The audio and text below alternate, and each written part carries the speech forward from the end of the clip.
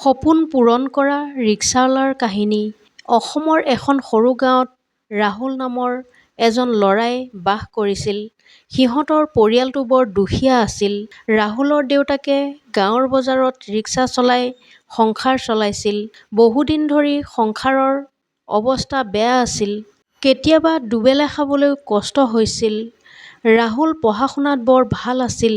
সি ডাঙৰ হৈ শিক্ষক হোৱাৰ সপোন দেখিছিল। কিন্তু গাঁৱৰ বহু মানুহে তাক হাঁহিছিল। কিছুমানে কৈছিল, দুখীয়া মানুহৰ ল'ৰাই ইমান ডাঙৰ সপোন নেদেখিলেও চলে। এই কথাবোৰ শুনি ৰাহুলৰ মন ভাঙি গৈছিল। কিন্তু তাৰ মাকে সদায় কৈছিল, মানুহ দুখীয়া হ'ব পাৰে, কিন্তু সপোন কেতিয়াও দুখীয়া নহয়। এই কথাখিনি ৰাহুলে হৃদয়ত ৰাখিছিল। সদায় স্কুলৰ পৰা আহি সি দেউতাকক সহায় কৰিছিল। ৰাতি ঘৰত বিদ্যুৎ নথকাৰ বাবে সি ৰাস্তাৰ লাইটৰ তলত বহি পঢ়া-শুনা কৰিছিল। শীত, বৰষুণ, ধূলি একোৱে তাক বাধা দিব নোৱাৰিছিল। এদিন স্কুলত জিলাভিত্তিক বক্তৃতা প্ৰতিযোগিতা অনুষ্ঠিত হৈছিল। ৰাহুলে তাত অংশগ্ৰহণ কৰিলে।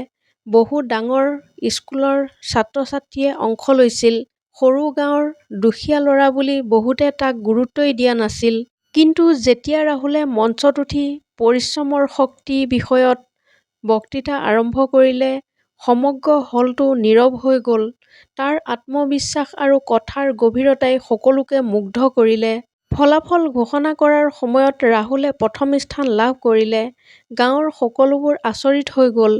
যিসকলে আগতে তাক হাঁহিছিল, সেইদিনা সিহঁতে তাৰ প্ৰশংসা কৰিবলৈ ধৰিলে।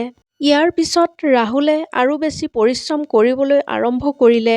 বহু কষ্টৰ মাজতো সি হাৰ নামানিলে। অৱশেষত উচ্চ মাধ্যমিক পৰীক্ষাত জিলাৰ ভিতৰত সৰ্বোচ্চ নম্বৰ লাভ কৰিলে। চৰকাৰে তাক বৃত্তিও দিলে। কিছু বছৰৰ পিছত ৰাহুল এজন সফল শিক্ষক হ'ল।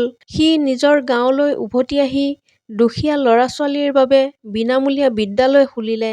বিদ্যালয়ৰ উদ্বোধনৰ দিনা ৰাহুলে সকলোকে এটা কথা কৈছিল, জীৱনত দুখ, কষ্ট, দৰিদ্ৰতা আহিবই।